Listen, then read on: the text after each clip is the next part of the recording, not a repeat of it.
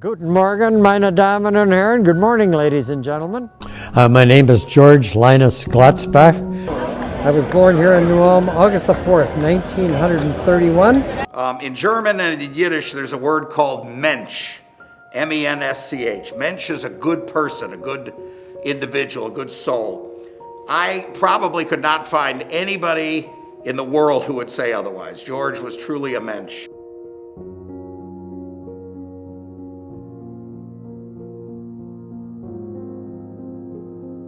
One of the endearing traits of George was his intermixing of German with the English language. His emails to two or three of us would invariably start out with, Liebe Mary Ellen, Dear Mary Ellen, but of course he had to use Liebe instead. When he got sick, we made big posters and put them in front of his house, and this was just one of the collages we put up. It says, "My pictures don't lie, you always make the world more fun." And George did make the world more fun. Thank you. I think a lot of us need to try to be more like he was in preserving memories and thoughts in the history of New Ulm. George was just the consummate promoter of New Ulm. I'll never forget that. And I hope other people, myself included, can step up to that level of caring about the city of New Ulm. New Ulm is a great place to grow up. Right now I live directly across the river from here, and when they sing Ein Prosit here, I can hear it in my front porch. He lifted your spirits. If you were feeling a little blue and you ran into George, odds are good you felt better when you left. You know, George would come to the Martin Luther College Christmas concert with his wife. And one year, he even brought the bishop, Bishop LeVar. And after the concert, he spotted me in the crowd and came over, brought the bishop over, and we had a very pleasant conversation. And I think that's the way, I think that's one of the other things I think about with George. He just liked to not only meet people and talk to people, he liked to connect people with common interests. Now, the bishop didn't become Lutheran and I didn't become Catholic, but we did find a common topic that we both enjoyed talking about very much, and that was early church history. And it was a brief conversation, but very cordial, and we were thankful for the opportunity to have met him and to share the good news of Christmas with them as they came to our campus for the Christmas concert. Dead silence. Slowly, he turned and pointed at me. Up in the choir loft. And he said, "You there! If you can't participate in the Mass and behave, leave!" Leave. I was turned to stone. My heart stopped. My life flashed before my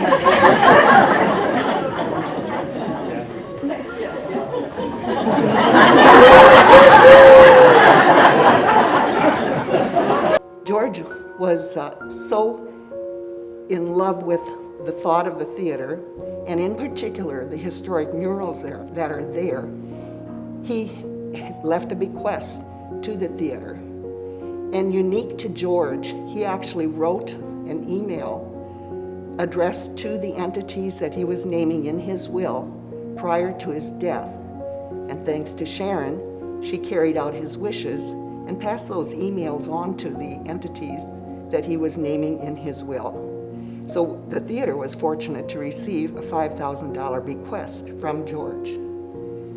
In fact, in acknowledgement of the significance that the Glotzbach family has had to the theater, we are naming the historic interpretive hallways that are going to be populated with portraits and pictures of days gone by of both the theater and the school, the history, and we're naming that the Glotzbach Gallery. When I was the director of Heritage Fest, and we had established a new addition to the fest, and that was to have a information booth. And I had met George, but just in passing, maybe a couple of social events. But he came to mind to be a volunteer in that information booth because he was so engaging and so interesting when he spoke. Little did I know that when I asked him to volunteer to be in the booth, he never did ask what were we to wear. And of course, those who know George know, of course, that he would come to the German festival dressed in full regalia, including his hat with all of the pins. And I was so impressed by George because he just didn't give you a little bit of information and send you on your way. He would ask the fest goers, who are you? Where did you come from? How did you find out about the fest? How can I help you today? And what else would you like to know? And he would engage the visitors in conversation that was sincere. He wanted to know all about them. He wanted to know why they would come to New Ulm for a German festival. And of course, was not shy about sharing his interest in the German heritage as well. Anyway, I am grateful to have known George Glotzbach while I lived here in New Ulm. As I live here in New Ulm, he made my world better, and that's very important to me. He made everybody he came in contact with lives better. The German kids, interns that we had through Sister Cities International, adored George Glotzbach, every single one of them. And I know they'd want you to all know that they still do adore him. So whenever I put a picture up of George on Facebook or somewhere, I get a lot of responses from the German kids. I also remember one day a tour bus stopped by City Hall and they just didn't know where to go. I knew where they were supposed to go, Holiday Inn. So I jumped on the bus with them and showed them how to get down to the Holiday Inn. And there he was, George Glotzbach, complete uniform with his lederhosen and ready to go with a fantastic tour. It's going to be a big day here to remember our share of Oktoberfest, which we have grown here in New Ulm, Minnesota. George had connections with Germanic groups around the world, different societies that were throughout the United States and around the world. And he would make those connections and use them to help market New Ulm. German newspapers, for example, he'd get our festivals in, thinking maybe someone from Cincinnati would want to come to our Oktoberfest or our Bachfest. When we were in the running for the USA Today's Best Oktoberfest, he worked all of his systems and all of his networks to try and get more votes for us, and we ended up getting second best Oktoberfest in the United States. And that was, he did a lot of work to promote that contest, and New Ulm he promoted all the time.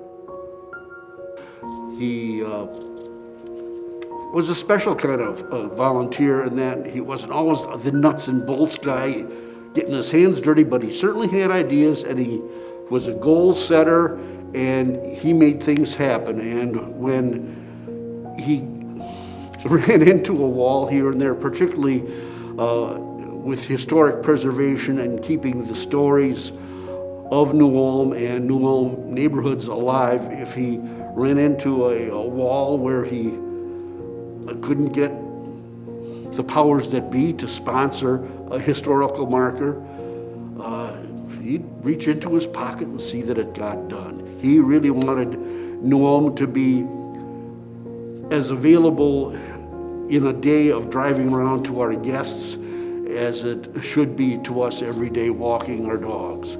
So New Ulm is now blessed with a lot more historical markers than it would normally have had one gone through the process on a state level.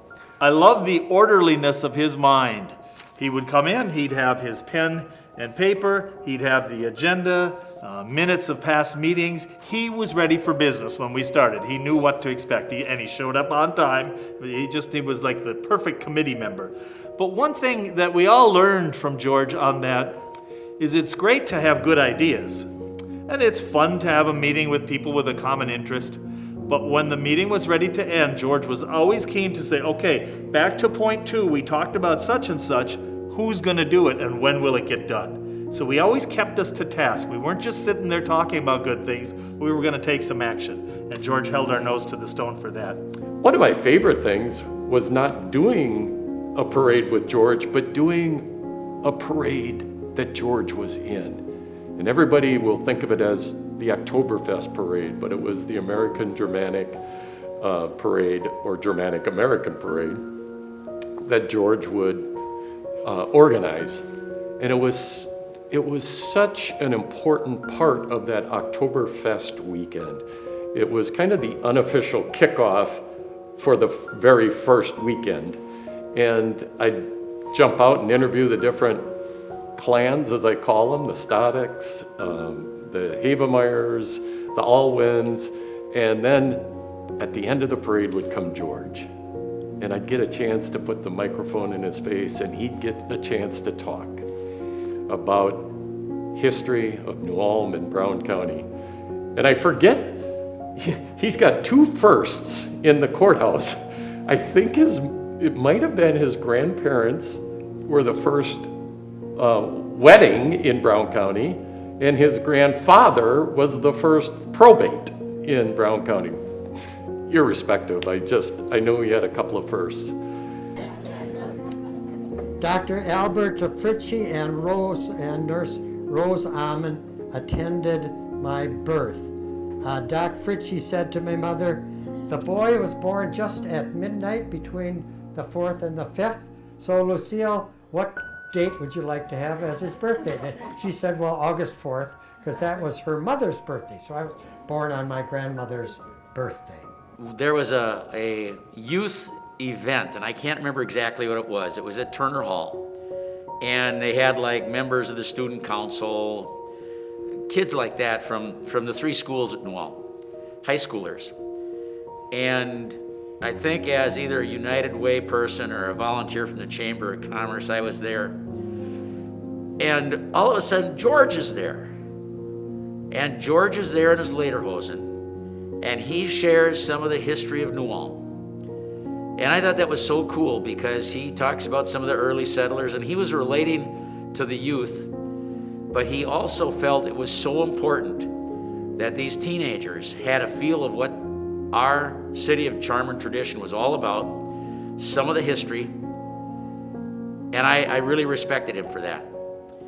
You know, I've thought about for years that how fortunate we are to have certain people over the period of time that I've seen in my 45 years here at New Ulm who really take the time to want to preserve heritage and share what's so special in the values of this community, from history to the significant things that were going on to how it ties into the current times, whether it's tying into Bavarian Blast and formerly Heritage Fest and Bachfest and all the events that we have.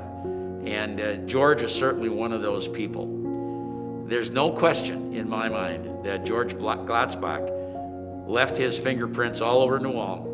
And when he passed on, he didn't take this stuff with him. He had taken the time to make sure things were left behind for our community. Blue sky overhead, God is in his heaven and all is right with the world.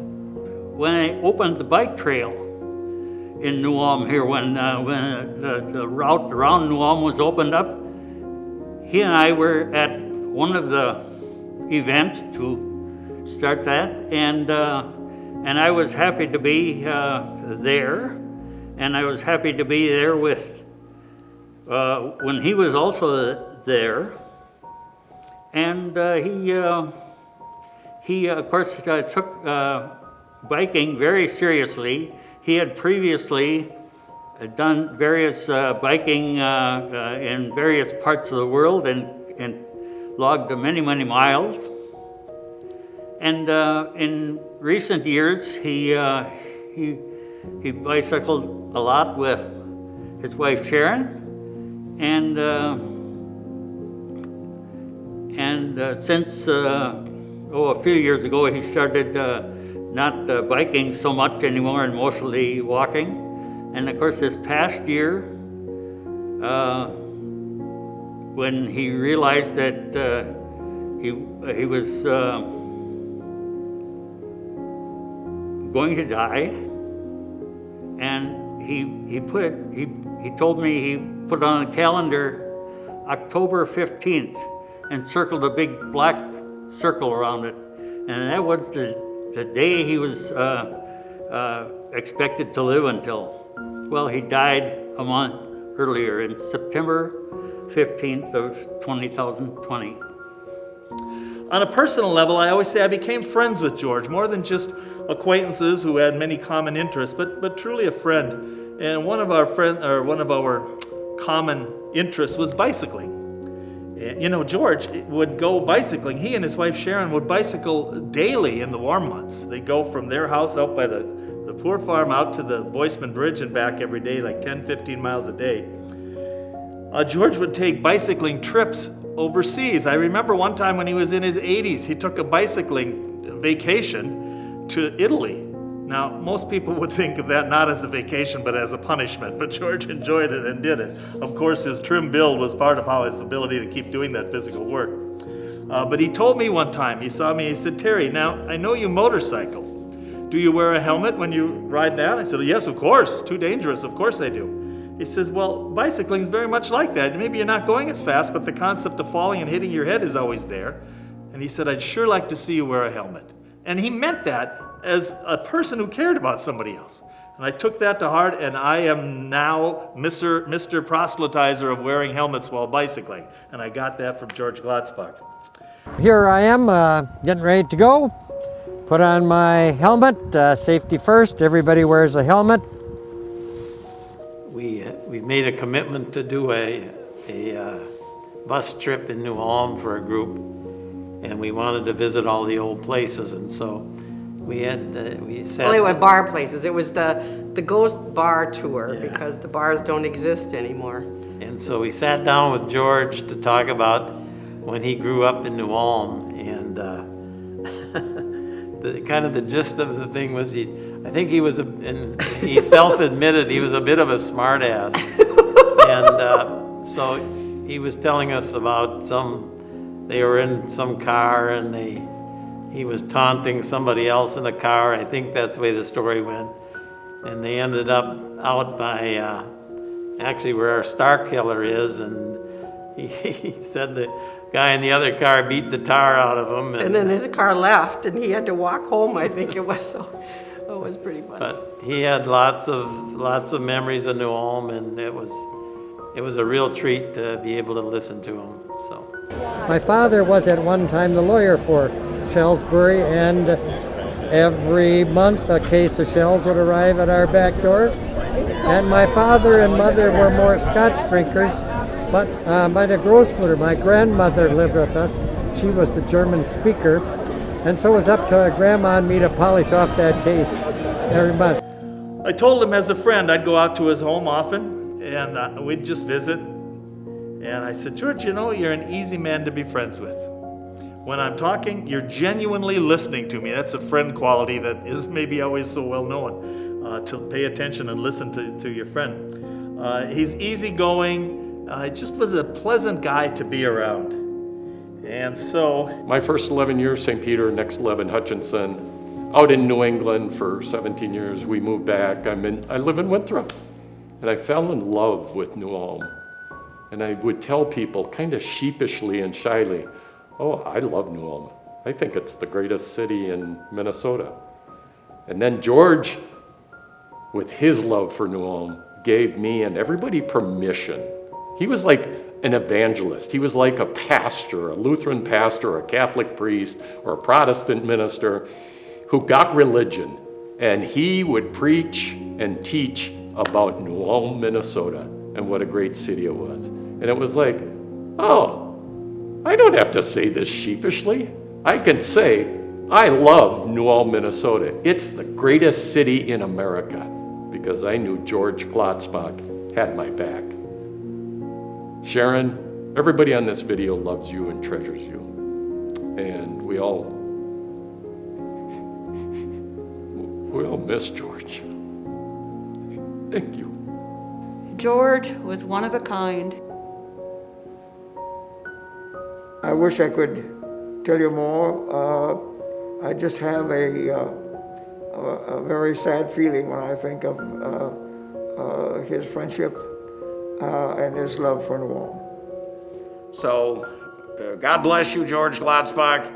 May your memory be a blessing. I was proud to call you my dear friend. And this, ladies and gentlemen, is the end.